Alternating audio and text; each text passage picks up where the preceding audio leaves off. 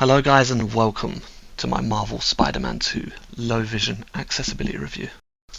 Now I have a lot to say about this game, a lot of good bits, a few missed opportunities, a few suggestions, so without any further ado, let's jump in. If you enjoyed the video, leave a like, share it with someone who might be interested, leave a comment if you have any questions, and consider subscribing. Let's go.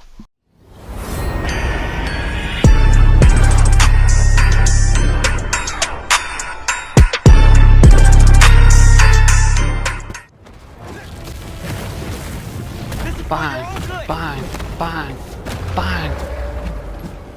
Now, before I get into the accessibility review as a whole, I'd just like to talk about the story first, because honestly the story was amazing. I really enjoyed myself. It literally felt like I was jumping back in. It felt like I was coming home. After the story of Spider-Man 1, this basically continued and expanded on it in every sort of conceivable way. The characters were way more sort of involved.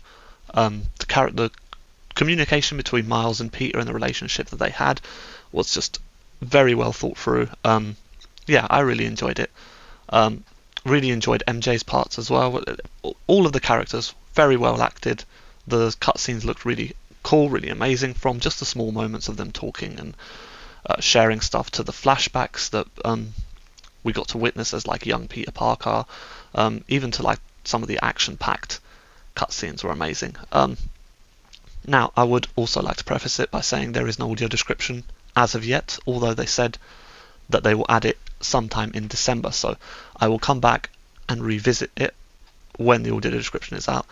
It's a bit of a shame that the audio description didn't come out at launch, to be honest, because it meant that a lot of visually impaired people couldn't enjoy the cutscenes to the full extent that they wanted to, but at least they're adding it.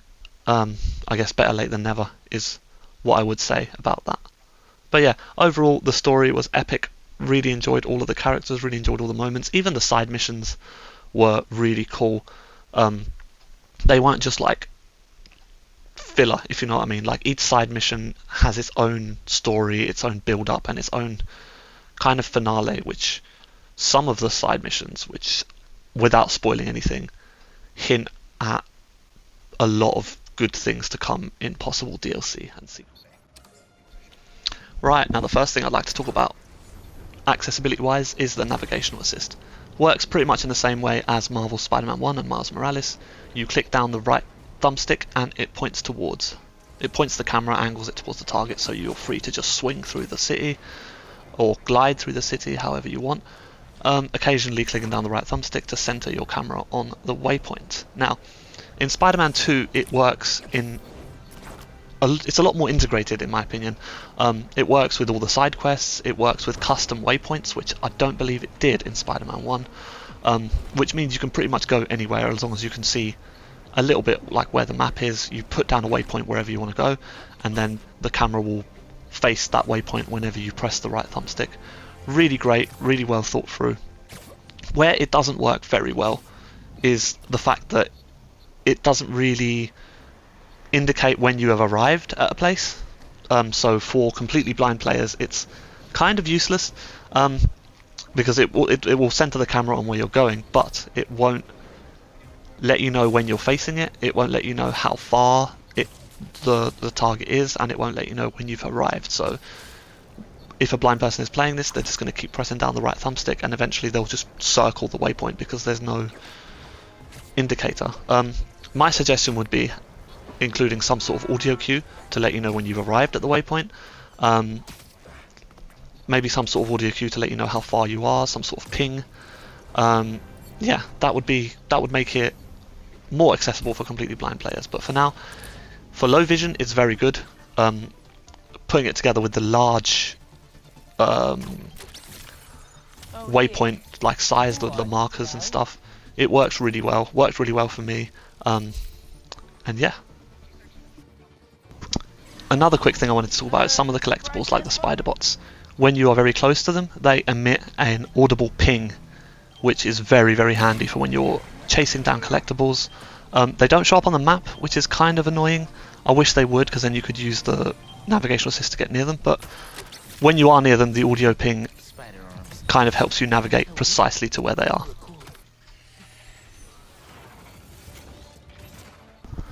The next thing I want to talk about is the chase assist. Now this works so much better than in the first Spider-Man game. There was certain circumstances in the first Spider-Man game where the chase assist didn't work at all. This one works extremely well. For when chasing cars on the street and stuff, you still have to swing and like keep up with them, but it points the camera to directly where they're going. Where it really shines is in these sort of side missions with the drones, where you have to use the wingsuit to stay in the drone's slipstream. And in this circumstance, all you have to do really is keep pressing down the right stick every like second and a half, and as long as there's like no buildings in the way, sometimes buildings get in the way and you sort of lose your momentum, but as long as you keep pressing down the right stick, you'll stay in the slipstream and you'll be able to complete these missions really easily, without having to kind of worry about which direction and which way the drone is steering. As you can see in the footage, all I'm doing in this is every now and then I'm pulsing out that R3 and it's keeping the drone centered in my camera, and the wingsuit's doing the rest. Basically it's staying in the slipstream, and it makes these missions really easy to complete and to do. Also looks really cool. As you can see, they're flying through the tunnels and stuff. There's no way I would have been able to do this as a low vision player without these the chase assist.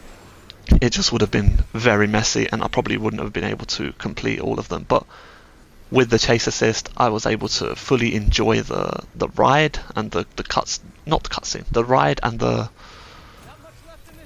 the mission, basically, without any sort of messing around and any sort of barriers. Now, the next thing I'd like to talk about is the menus. Now, for me, the menus they have really good contrast, really bright text on the dark background. They're quite easy to see, quite easy to navigate using my magnification software that's built into the PlayStation, just by holding down the PlayStation button and pressing square. Yeah, I was able to go through these menus pretty well. The writing was very legible. The writing is quite small when you don't use the magnification. Could possibly add maybe larger text, larger font modes, but saying that, they did say that the screen reader is coming in December, which I believe will make this so much easier, so much better, and usable for completely blind players. But for now, I was relying mostly on my magnification to go through the menus and read the different skills, and navigate through the different costumes and the items and stuff, which works pretty well for low vision. Like I said, the menus aren't complicated, they don't have elaborate backgrounds, they're not very busy, they're very sort of clear, plain, simple menus, and yeah, it's good. Now, just to talk a bit about the map, I do like the map, but that comes with a caveat of I had to turn my HDR setting off of my PlayStation to be able to see it, because with HDR on, the map was just way too bright and I wasn't able to pick out any of the icons, any of the items from it. But after turning that off, things stand out pretty well on the map. Also, when you hover your cursor over something, you hear like a little click to let you know that you've either, I think it's a click and a vibration to let you know that you've changed regions, or that you're hovering over something that you can interact with and click on to put down a waypoint. Other than that, yep, I had to use my magnifier again to view the status of each region and go through completing them piece by piece. Hopefully, when they bring the screen reader in, it will work with the map, because I know a lot of games that have screen readers that don't work with the map, so it will be really disappointing if the screen reader doesn't work with the map. Great example of a screen reader that works very well with the map is Far Cry 6, where you can move between items on the map with the arrow keys, and also you can move with the analog stick, and it reads out all of the different icons, the different regions and the different areas. Now, moving on to the combat. The combat is very good. The navigational assist doesn't only work to point at the waypoint. When you're in combat or when you're in stealth and there's enemies around, the navigational assist, if you click down the right stick, will point you towards the nearest enemy. Also, you press triangle when you're near enemies and it will zip to the nearest enemy. So all you have to do to engage in combat basically is press triangle, he'll zip to the nearest enemy, you do your combo, and when there's an audio cue for when the enemies are like are down, it makes like a different sort of punching sound. As you play, you'll get used to it. And yeah, then you move on, you press triangle to move on to the next enemy. If you can't find any enemies, click down the right stick, it will center where you go, and then move forward a bit and keep pressing triangle. Eventually you will zip to the enemy.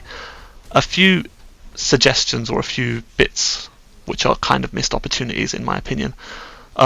There is no audio cue for dodging, so when you dodge attacks you just have to sort of rely on well, for me, guesswork, or well, I can kind of see the marker of when you're supposed to dodge, so I sort of do that. Also, there are sort of ambient audio cues, so like when you hear someone cocking their gun, or if you hear someone like making like a noise as if they're going to attack you, you can press circle to dodge. But what would be really good is if there was a very distinct audio cue for dodging.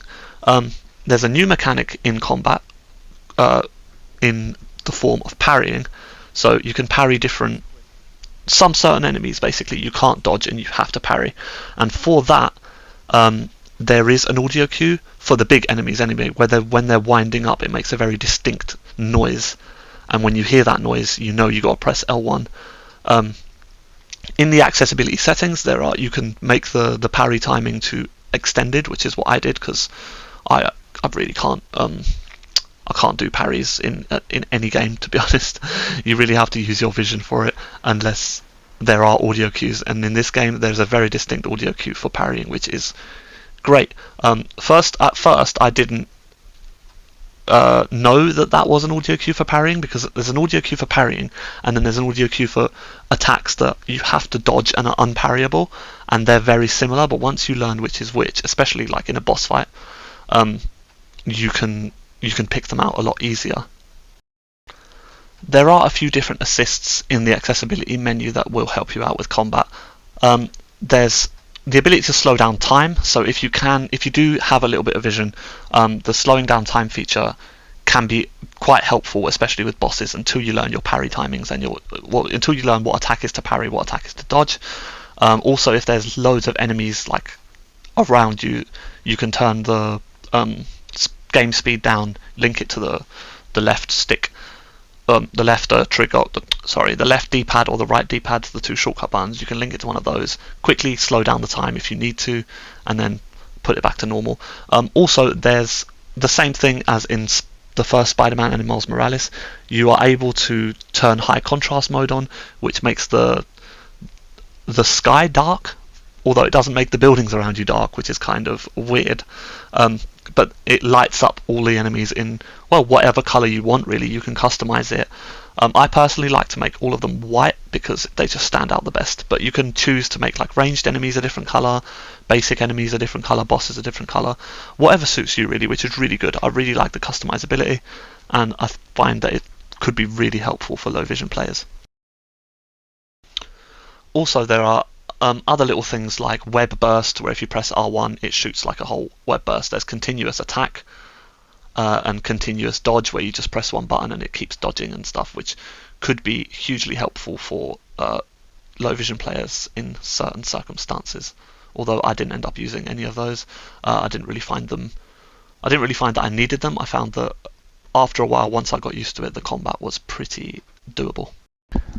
And lastly, what I'd like to talk about is just some of the game design choices that were put in place that aren't even in accessibility menus, but just the way the game's designed that makes it a lot more sort of manageable, removes a lot of barriers just naturally for the player.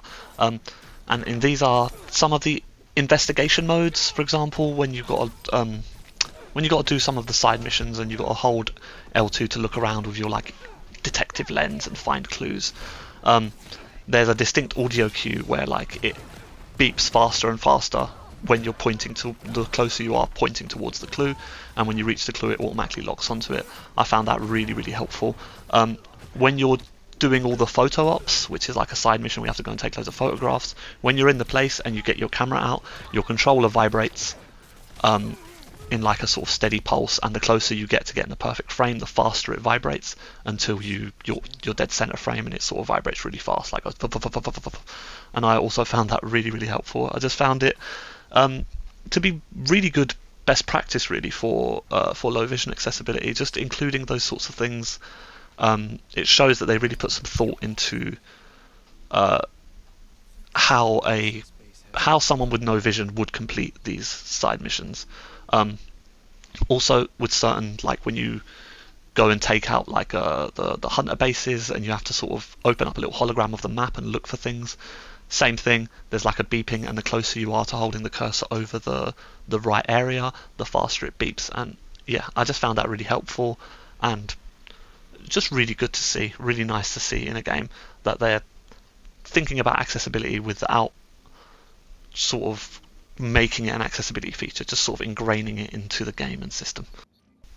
Now, there is one part of the game, specifically one mission that really I found it very, very hard to complete, and I found, yeah, near enough impossible to complete, and that was a mission involving certain bee drones where you have to go around shooting different bees. Now, the first part of the mission was fine because you use the navigational assist and the crosshairs point towards the bees that you're supposed to shoot, and it's great because you just do it. You fly around, you point towards the different things you're supposed to shoot, and you shoot them, and the mission's great.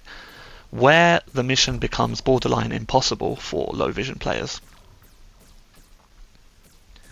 is the second part of the mission, where you have to fly around and fly through different holograms to rehouse the bees or something like that.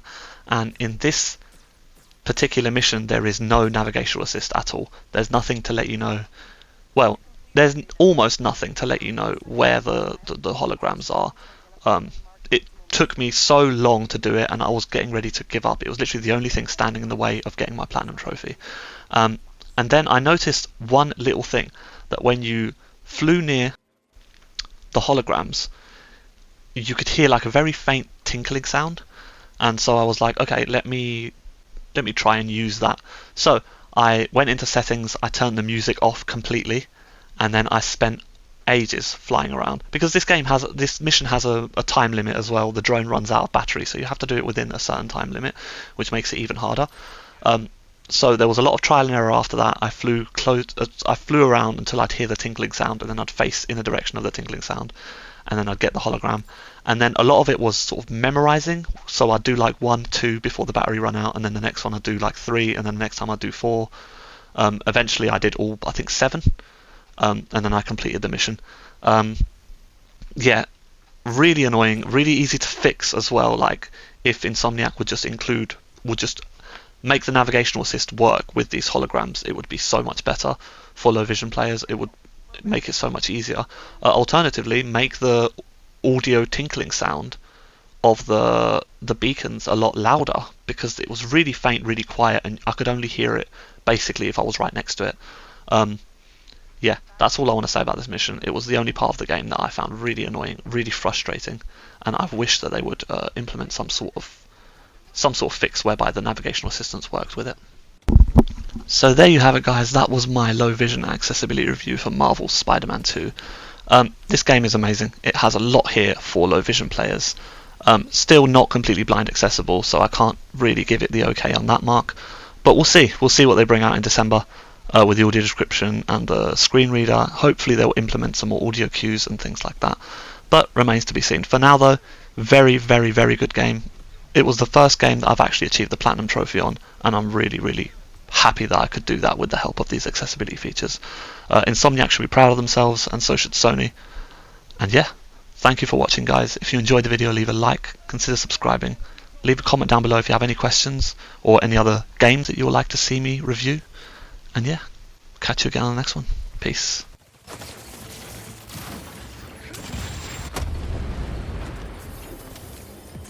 Thanks for the assist. Just trying to keep up with you.